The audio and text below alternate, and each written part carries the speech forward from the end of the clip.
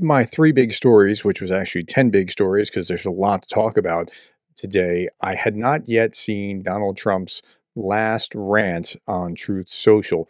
We're going to unpack it line by line. This is important to understand what he's saying that's not quite right or why he's saying things. Okay, so now there are two big schools of thought here about why he's doing what he's doing, and I can't tell you which is which. I hope that it's one and not the other. So one big thought is that he is just Putin's puppet. He's going to kiss Putin's ring. He has a great like of Russians, and he's just going to do what he can to help promote the Russian cause. The other school of thought is kind of different.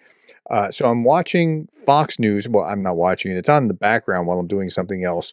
And I'm just listening to the commentator who's talking about how, so Trump, he did this, think about what he did with Greenland.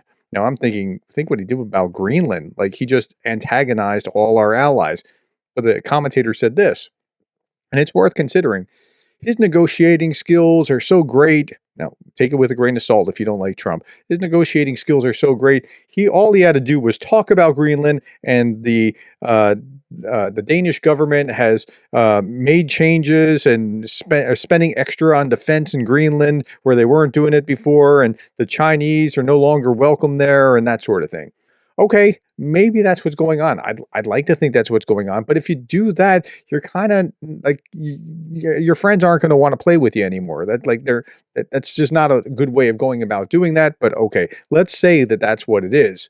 So we're going to unpack Trump's most recent Truth Social post, and we're going to try to understand what's happening here. Before we do, because he's talking about spending $350 billion into a war that couldn't be won. What? Okay, 350. Let's first start with this.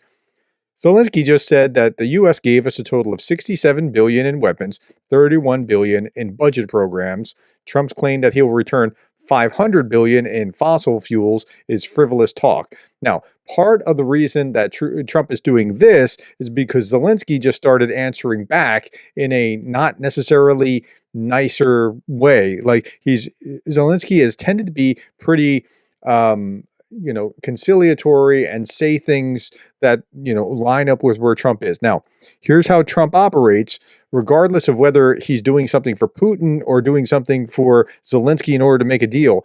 He's always talking about, like, if you agree with him, you're the best, you're huge, you're the greatest, whatever. If you disagree with him, you're the worst. I can't stand him. He's incompetent. He's right. So that's the way that he tends to operate, generally speaking. So tuck that away before we continue. Okay. So Zelenskyy is kind of talking back a little bit. Trump's not going to like that. But is this 67 and 31? That seems like a pretty low figure. It's not 500 billion, but it's a low figure. So just went to Grok. This is the AI in Twitter.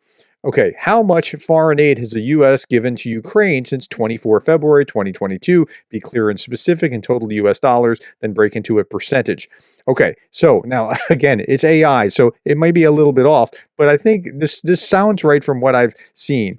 $175 billion in total aid to Ukraine. Here's the breakdown by type of aid, presented as percentages of the total. So you have military aid at approximately 61% of total aid, which is about $107 billion. That part seems a little high. Both direct and military assistance and funds used to replenish U.S. military stockpiles. Okay, so maybe that's that, and the 60-something is what's gone to Ukraine, and the difference has gone to stockpile. I don't know. Economic and humanitarian aid, another 39%, totaling around $68 billion. Okay, then I went to actually go say, okay, so what sources can confirm what's going on? So this is the U.S. State Department, 20 January 2025, that's the date, U.S. security cooperation with Ukraine. It should be a pretty good source. Okay, to date, we have provided $65.9 billion in military assistance since Russia launched its premeditated, unprovoked, and brutal full-scale invasion of Ukraine on February 24th, 2022. And then it goes on, and approximately $69.2 billion in military assistance since Russia's initial invasion of Ukraine in 2014. Okay, so let's say that there's another 69 billion. So let's take these rough figures, and so north of 100, 150 is a rough cut, and then we add another 70 for since 2014. That's the way that we're going to frame this. Now, it's very rough cut math, but let's look at this, because this is somewhat ridiculous. Think of this.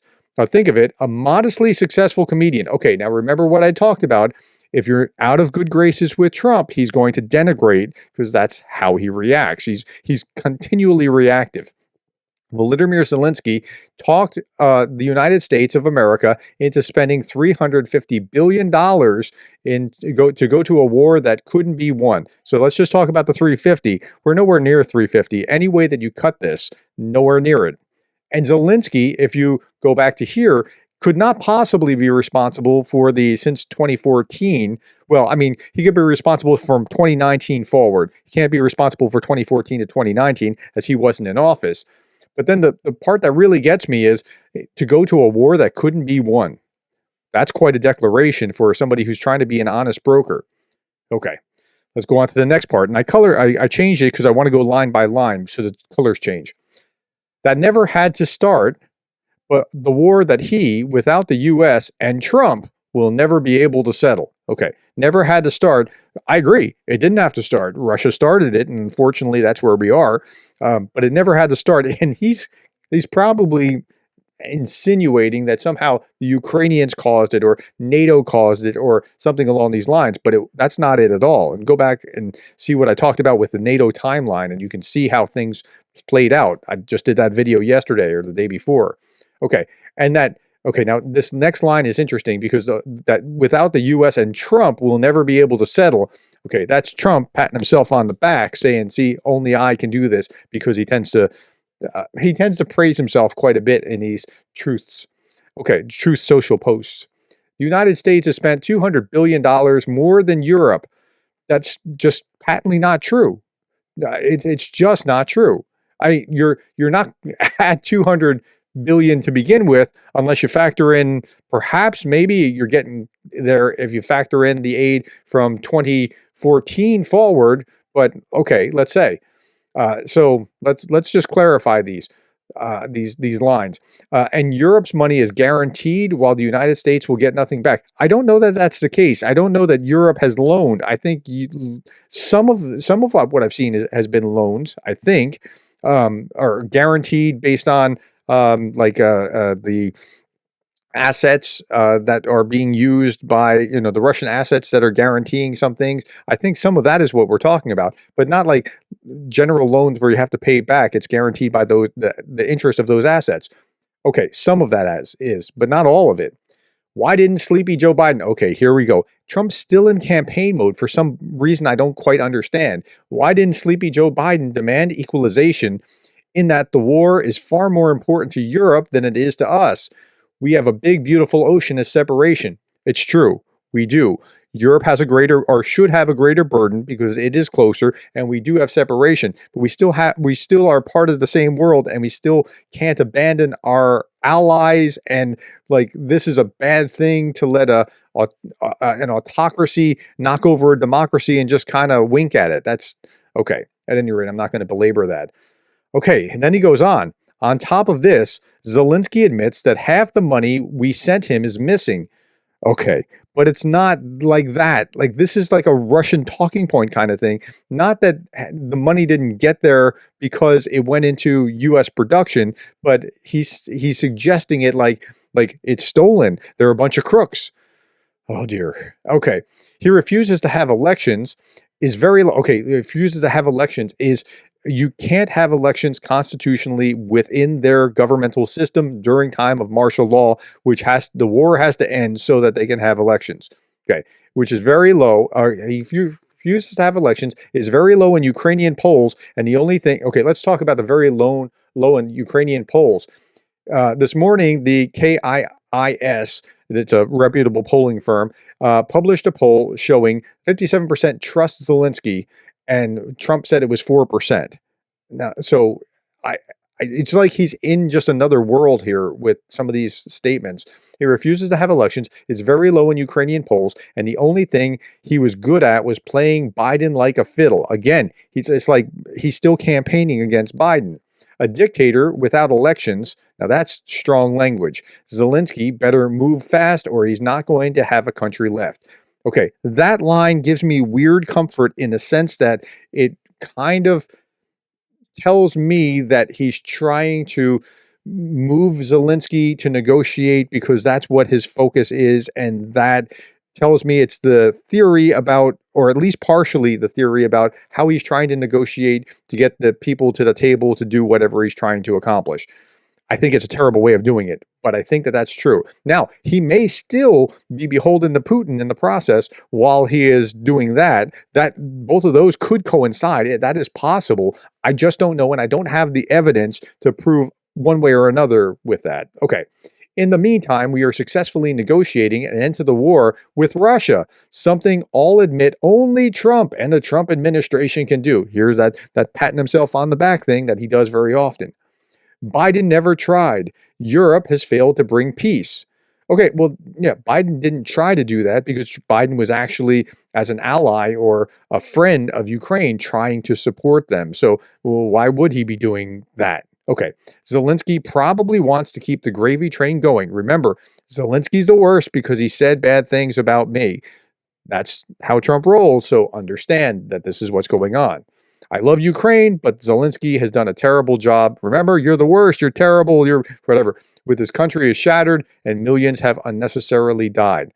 Okay, when I read this, I hear that Trump is trying to move him to a particular place by saying this or saying that. You're either flattering and saying really good things. Now, I would imagine that if Putin comes out later and says something that Trump doesn't like or disagrees with, or says, who is Trump to try to stand over us and make a deal, we're equals, or something like that, you're going to see the same kind of language that you saw here with Zelensky, where he's saying that Zelensky is probably still wanting the gravy train and he's done a terrible job. So, with that, we'll see in time whether that is an accurate assessment or not, but that's how I'm reading what's going on. Tell me how you're reading what's going on, and let me also put a caveat here before you start typing. This is terrible. I don't like this. I think that this is a terrible way to try to wage diplomacy. Maybe it works in a business deal of some sort, but this is a terrible way because you're in diplomacy, you're creating such waves. My earlier video today was entitled "The Week That Shook the World." You don't want to shake the world, generally speaking, with diplomacy. You want to keep things calm. Trump doesn't want to keep things calm. That's where we are, my friends. This was a terrible statement, but I don't know. We know what it is, but we don't quite know why. I am willing to entertain that it is because he's in Putin's pocket, but I don't know that I have evidence. I also think that the other theory is pretty powerful when you consider how Trump negotiates historically. All right, we'll be looking to see what happens next, my friends. Thank you for your time, the likes, the shares, the subscribes, and thank you for being the kind of person that cares about Ukraine.